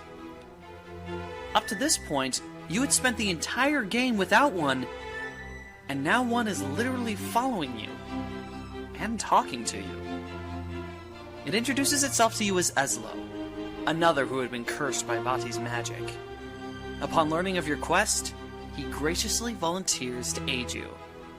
Hitching a ride on your head, Ezlo leads you through the forest and quickly identifies something very significant. A stump. A stump that makes the world a whole lot bigger than you thought it was. Bouncing off mushrooms and exiting the portal, you view the world from a minuscule perspective. But as cute as it is having a tiny sprite walking around the general overworld, the true ingenuity of this size change comes as you enter those areas too small for a normal person to enter. From wandering about Hyrule Town to little cracks in the ground, an entirely new world is suddenly laid before you. Looking around your new environment, it's quite impressive how much detail went into the designs, giving everyday objects a completely new purpose. The new perspective changes how you approach practically everything, making the smallest items suddenly very useful or very dangerous. The change in size also lets you interact with a whole new cast of characters, hiding just under your nose. The Picori of legend actually call themselves the Minish, a miniature race of creatures similar to the Borrowers. These tiny people are cute. Their character designs, voices, and happy natures make them almost immediately endearing. They seem fascinated by Hylian life, and the Minish living in Hyrule Castle Town have formed a secret, symbiotic relationship with many of the residents. Seeing inquisitive Minish share books with a researcher, or an entire group aid a cobbler while he naps, shows just how much the Minish and the Hylians actually have in common with each other, and how helping one helps the other just as much. The miniature perspective carries on into the dungeons as you seek the elements that must be infused with the Picori blade. 3 of the dungeons hold to traditional Zelda format and size, with the added danger of sections that you must navigate while in Minish size. However, the 2 more noticeable dungeons take place entirely in miniature, taking the detail of that tiny world view in a new direction. Lily pads and webbing create entirely new obstacles for you to navigate, while the enemies range from slugs and insects normally unnoticed by you, to a quote-unquote normal-sized creature suddenly becoming worthy enough to be considered a legitimate boss. All of this work allows you to step-by-step obtain crystalline essences of earth, fire, water, and wind. Taking the elements and the newly repaired Picori blade to a sanctuary hidden inside Hyrule Castle, you begin to infuse the sacred sword with the element's power, slowly building the Force Sword we've seen before. Unlike the previous games, however, your copies are restricted to spirit forms, brought to life on specific panels located throughout Hyrule. Their time limit and lack of health makes navigating with the clones yet another puzzle for you to solve. But with their ability, you're able to fight hordes of enemies, push larger stone blocks, and unlock the paths to every corner of Hyrule. Unfortunately, the distance between those corners are a bit lacking. Despite the Game Boy Advance's ability to handle enough data to span enormous games and maps, Minish Cap's Hyrule is noticeably small. Although the world of the Minish does add a new dimension to how you approach the world around you, it doesn't really give a true second world like we had in Ocarina of Time or A Link to the Past. Instead, the country is compact, but otherwise it's very complete, with areas flowing seamlessly between one another, and creating environments we'd never really seen before. From the murky swamps of the Castor Wilds, to walking on the clouds above. What this Hyrule lacks in sheer size, however, it makes up for in secrets. Littered all over Hyrule are pieces of pendants called kinstones, said to bring good luck to those who are able to match them to create a whole medallion. A few times, the kinstones are used in-game as fetch quests, encouraging exploration and puzzle solving. But the vast majority of the time, these little items are found in treasure chests, on monsters, pretty much anywhere normal treasure can be found. The matching pieces, meanwhile, are in the possession of practically every sentient being in Hyrule. Pairing up a kinstone unlocks a secret somewhere in Hyrule, revealing treasure chests, secret passages, or unlocking additional content that is otherwise inaccessible.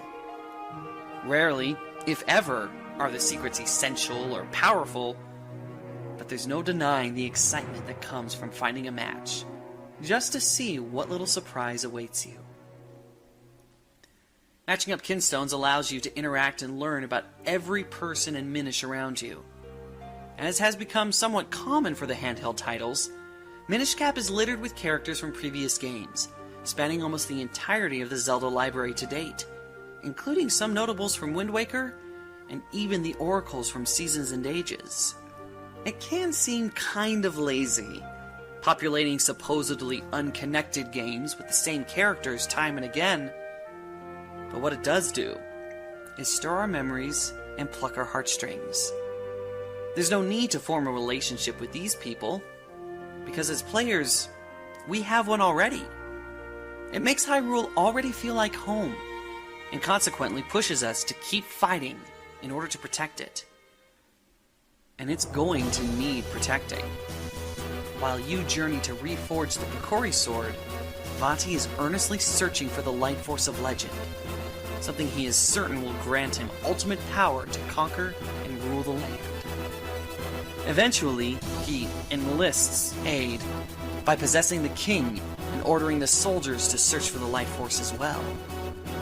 He hasn't forgotten about you either, and as you and Ezlo finally uncover the secret of the light force's origin, Vati moves to extract the sacred light residing in Princess Zelda. Hyrule Castle is immediately taken over by Vati's dark powers, creating a stronghold that is much more difficult than the previous dungeons would have led you to believe. Navigating some difficult puzzles and facing a platoon of Darknuts, all the while working under the impending darkness of Vati's ritual. In heroic fashion, you're able to interrupt Vati's spell just in the nick of time. But Vati will not give up so easily. Vati himself has both a powerful assortment of spells at his disposal and actually an impressive, terrifying design, which then grows and changes to the form we recall from Four Swords. But despite the increasing danger, the sorcerer eventually falls to your courage and the newly forged Four Sword. Then, with Vati's power vanquished, the curse on Ezlo breaks, revealing his true form as a Minish Sage. Using Zelda as the focus, Ezlo's wish-granting hat, which had granted Vati so much power, restores Hyrule Castle and its residents, bringing peace and light back to Hyrule. It's not exactly a deep narrative or complex game, but honestly, it never needed to be. From the very beginning, Minish Cap was a game based in a child's world and seen from a child's perspective. Instead of the edgy, more adult atmosphere we had seen in Ocarina of Time, and would soon see again in Twilight Princess, we were instead given a world with an innocent heart and style that, in many ways, surpassed even Wind Waker. It's sunny, cheerful, and bright, with characters and events that are simply bursting with childlike joy and energy. By making the world of the Minish one that only children could see, it guaranteed that this Zelda adventure could only be truly enjoyed if it was approached as a child. Back when Wind Waker was announced, a common complaint, aside from the graphic style, was how young Link was. We all found adult Link from Ocarina of Time to be so cool, it seemed foolish to revert to such a childish form. But despite rarely getting an official age, Link is always portrayed as being quite young. Never out of his teenage years, and sometimes as young as 9. Even the adult Link is only 16 or 17, which isn't even considered to be a legal adult in most countries. No. The hero is never some experienced veteran. Instead, he's fresh, unproven, and unbound by previous opinion or prejudice. The funny thing about all this is that Zelda games are a lot more childlike than we often want to admit. The characters are larger than life. The mini-games and side quests are cute, sometimes comical affairs. And the overarching story surrounding it all is as innocent and childlike as it gets. We're so focused on the fierce monsters, the intense visual storytelling, in a world that continues to grow as wide as our imaginations, that we often forget that the core of Zelda is a simple message, a continual assurance that light will triumph over darkness. And there's nothing wrong with that. For as dark, twisted, unfair as the real world can sometimes be, we need those simple reminders that there is light if we are willing to look for it. The joy and happiness that is so often right under our noses. If only we have the heart of a child who needed to see it. The kind of heart that was needed to fend off evil and wear the Minish cap. Thanks everyone for coming along in the Minish cap. As little as this story can be, there's still a lot to be discovered. I'd love it if you would share with me some of your favorite moments in this big world. If you'd like to see my journey in the world of the Minish, along with my friend Maximus, there's a link to the playlist down below. And if you want to check out my other tributes, that link is down there as well.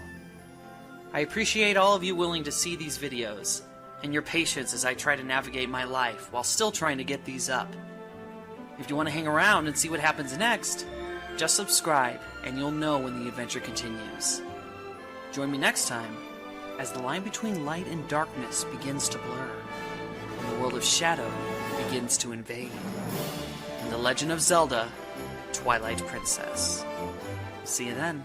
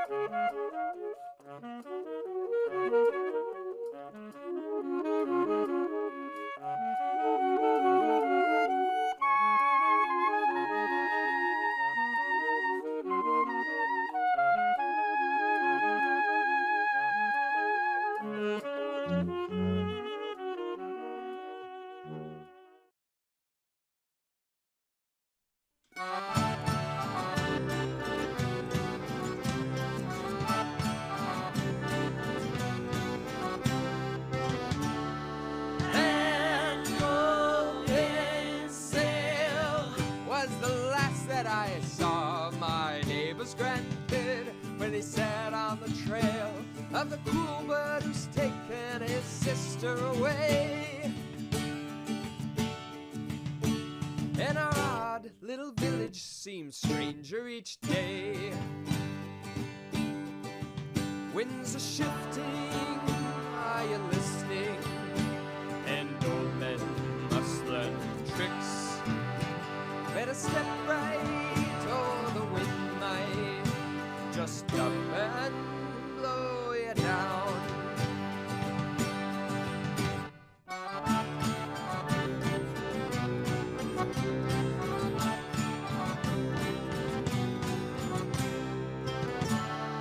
And open sail, a sign of new neighbors. The voice sounds foreign, they're covered in scales. I've got no choice but to take it in stride. It's a fool who will try to tussle the tide.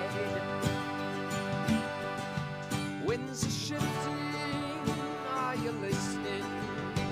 And old men must learn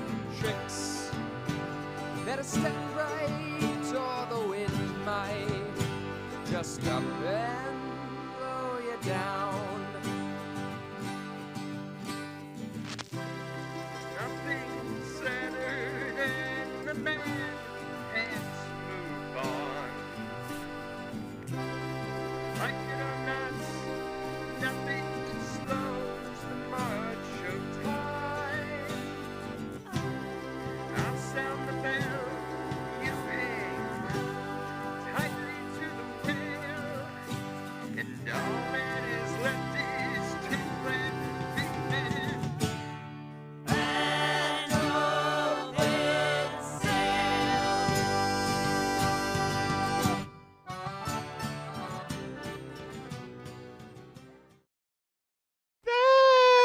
Thank you to all of the artists and creators who submitted their works for this showcase. If you'd like to see more art like this, we'd recommend checking out the Zelda Creators Discord. And of course, check out all of the artists that appeared in the showcase.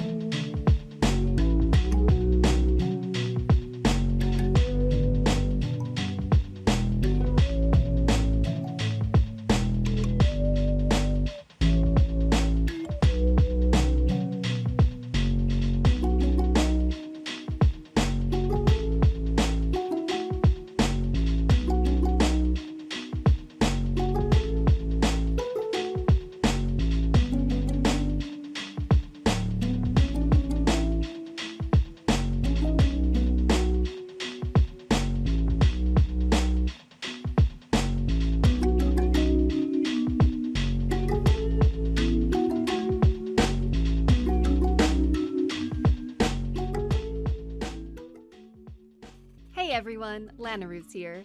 As we approach the start of the marathon, now is a good time to remind you all that when you donate to Charity Water at donate.zeldathon.com, you will also be able to suggest a file name for many of the runs that are taking place throughout the week.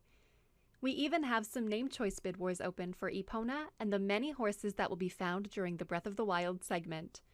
While we wait with anticipation to see how the team will tackle Tears of the Kingdom, let's take some time to remember some of the lovely tunes from Breath of the Wild. Hello, everybody. You're watching Zeldathon, and we are so excited to play you music from The Legend of Zelda, Breath of the Wild, which is a game that we're going to be playing in game form just after we play the music from it. But first, we're going to play the music for you. My name is Doug, and I'm here with Danny Music, with Jackson Parodi, with Ganon11, with OMG It's Monica, with Stami, and with Masunify. And we have a little assortment, a little accoutrement of Breath of the Wild music to play for you today. So we're going to start out with Terrytown. We're going to go into the sensitive Mifas theme. Cass's final song, a classic. Hateno Village, a nice relaxing evening in the village. We're going to spend that evening with Rivali and with Side-Eye. A side of what? Yes! So without further ado, here is our Breath of the Wild medley.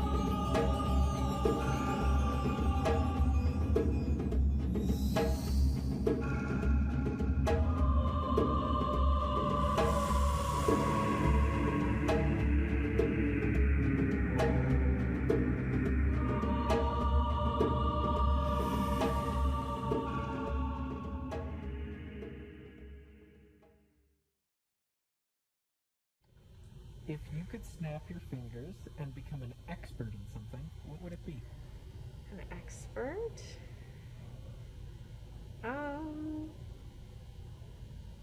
Probably something like immunology, like something within my healthcare field, you know. Something to help the world. Alright. Well, If you want to see Michael Jackson, hurry up, you turn the corner, he's leaving. I'm in a video. I mean, you wanna say Michael Jackson first?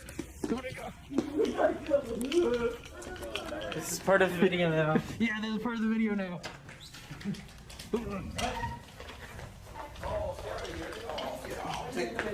Take care of yourself, man. All the best. Why are you still filming? Thank you so much for What the hell? It's over. This is done. Anytime. Your event's over. Go.